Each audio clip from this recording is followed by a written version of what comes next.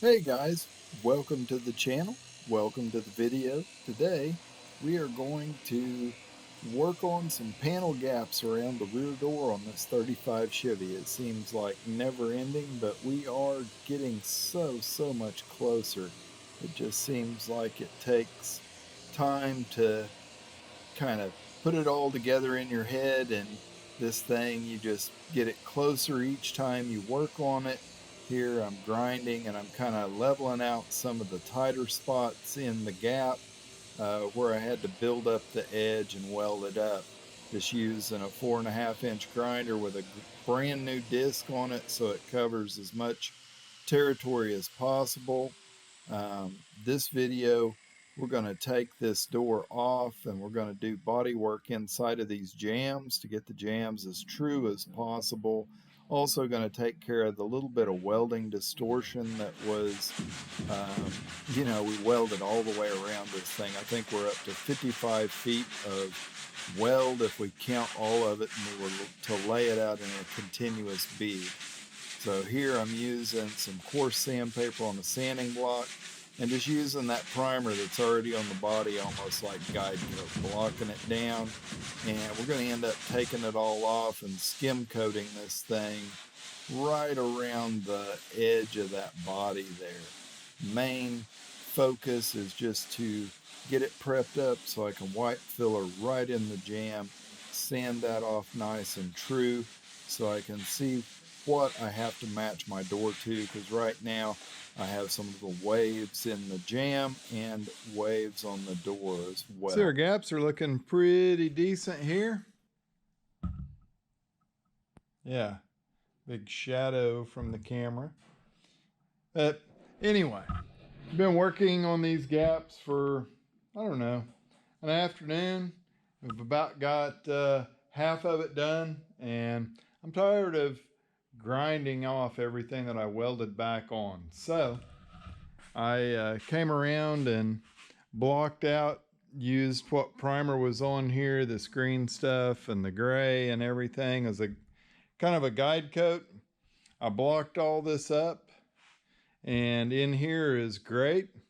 There's a little low spot around this corner.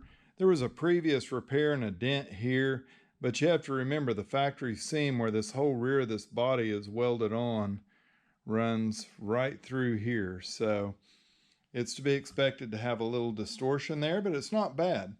There was a ding here, some warpage here, and a little low spot there. We're just going to fill it up. I'm going to fill inside of this jamb so that I have a nice flat line in there. You'd think the guy that welded it together would have got it, but it's a little bit wavy. And then I put this tape in here to prevent body filler from going all the way into the corner. Since this stuff is welded together, a corner here, and finally a bend, I'm going to use seam sealer in this corner rather than body filler. So I will wipe my filler on, pull the tape while the filler is still wet, and that'll leave a little void back there right where that weld is. We can finish out our filler, and then I'll go back and I'll put seam sealer in this afterwards. So we stirred this up earlier, and I really whipped it up pretty good just to show you how many air bubbles get in this stuff if you're just going crazy mixing it, which this can sat a while, so it needed it. You can see the little dots there. Those are all air bubbles that have come back to the surface of the filler. And if you just sit and work the stick up and down and hit the bottom of this thing, it'll tear them open, they'll break, all that. Our filler's mixed good. A lot of the air gets in it when you're actually mixing it on the mixing board. So let's see if we can do a decent job of some of that, mixing it up and getting the air out.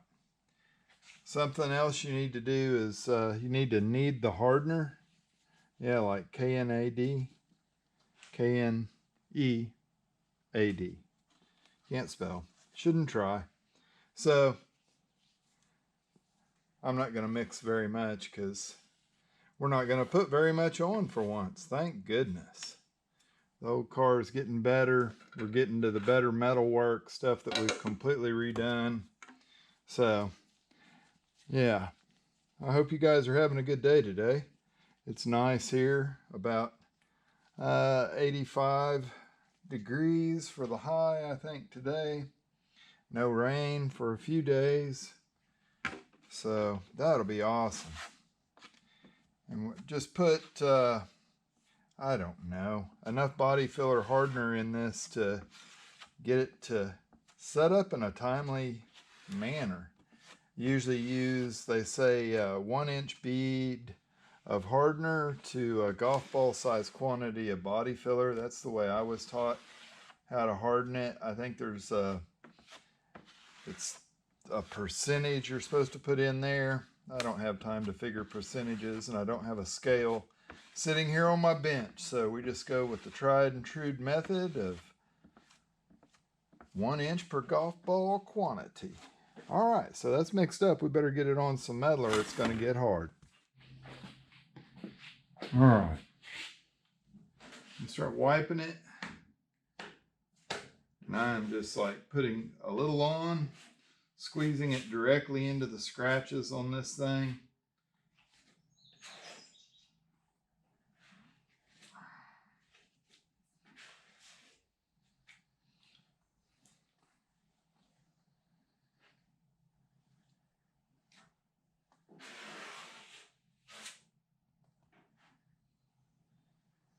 And again, we're not putting very much filler on there, but I know I'm putting more than I'm going to need.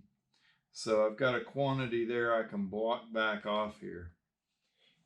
And you see the way I start out with very little, and then I'm gradually adding to it and building the surface up so that we've got enough there to be able to block sand out.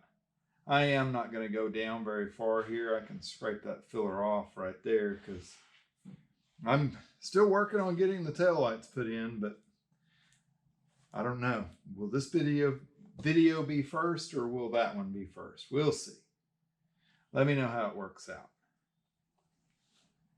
And we just keep going. I think that is plenty. Come back on this edge. I'm going to scrape that off there into the jam, and then I'm going to squeeze it tight in here. Closer, you can kind of see I'm getting that in there, I'm scraping it, and trying to push it in as much as possible. I fiddle farted around moving the camera, and I let my body filler get hard, so now I'm going to go mix up some more body filler. I hate it when that happens.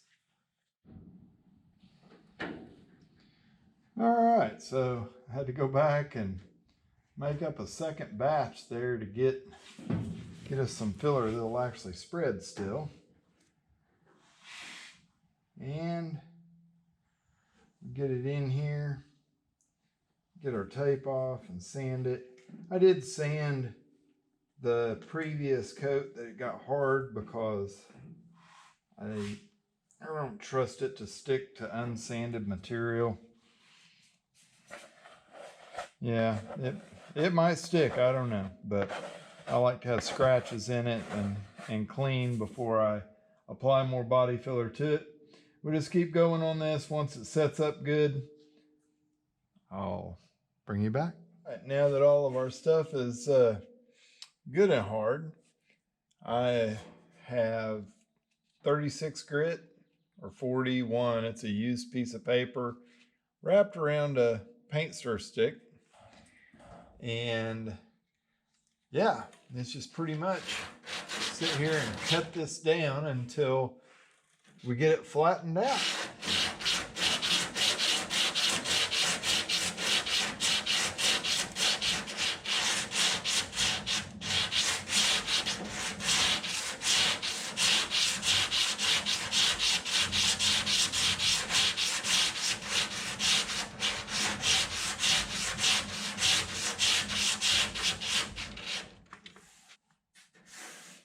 All right, so yeah, that didn't take very long. And pretty much everything smoothed up in it. There's a little bit back deep in there, but I need to tilt the sandpaper in a little bit to get it to hit those areas.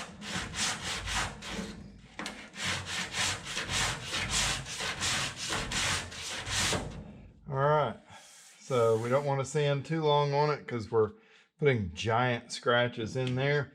We'll let that sit, I guess, and we'll get us some 180 and then, or 80 first, then 180, and then maybe 220, and we'll get it primed.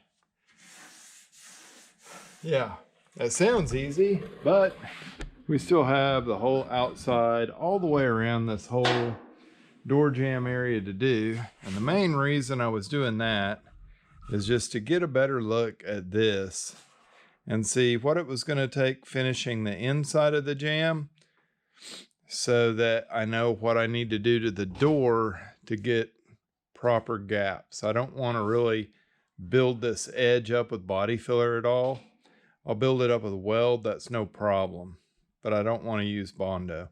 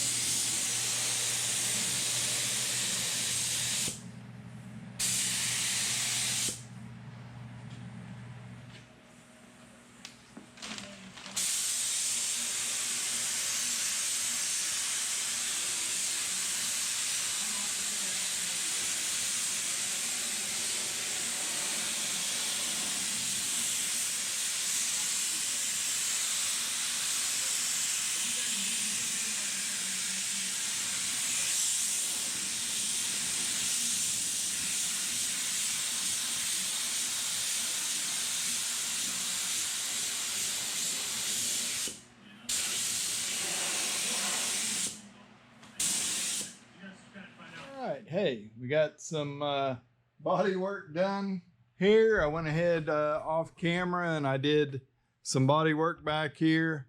I've made a couple more passes around our old door there, welding that thing up. I believe we have got this door looking pretty good. I did come up with the next issue though, because you know, when you're working on stuff, it's always the next issue. So what I've got is I finally pulled out my fuel filler neck, and well, I think actions speak louder than words sometimes. You just have to check this out. Hey, but the latch is latching in the door now, so that's cool. Got it where it's actually catching on the catch. But as I open my door up, this is what I expected, was we're gonna boink, boink, make contact there. And it doesn't matter if I cram that joker all the way in, it's still like, it's so close. I could sink that in, make a pocket, French it, kind of like our light there is that the video's not out yet about. Or Well, my plan is it's so close to missing it, I'm just going to move it down and over. This O-ring doesn't really fit that hole. It's super tight in there, but I just crammed it in for now. So it's not any big deal. There's no paint on anything. I even took all the body filler out around this because I knew it was going to be an issue. So, hey, you know, another video on the 35 on the back part of it. But I do believe after that, we'll pretty much have the back end of this thing, all the cutting, welding, slicing, dicing, cutting butt, whatever, done. And we'll be able to do body work on it. I've already been doing a little bit off camera, on camera, around, trying to get this thing ready for the final coats of high build. So, hey, if you guys like the content, give it a thumbs up. Consider subscribing to my channel, and we'll catch you on the next one.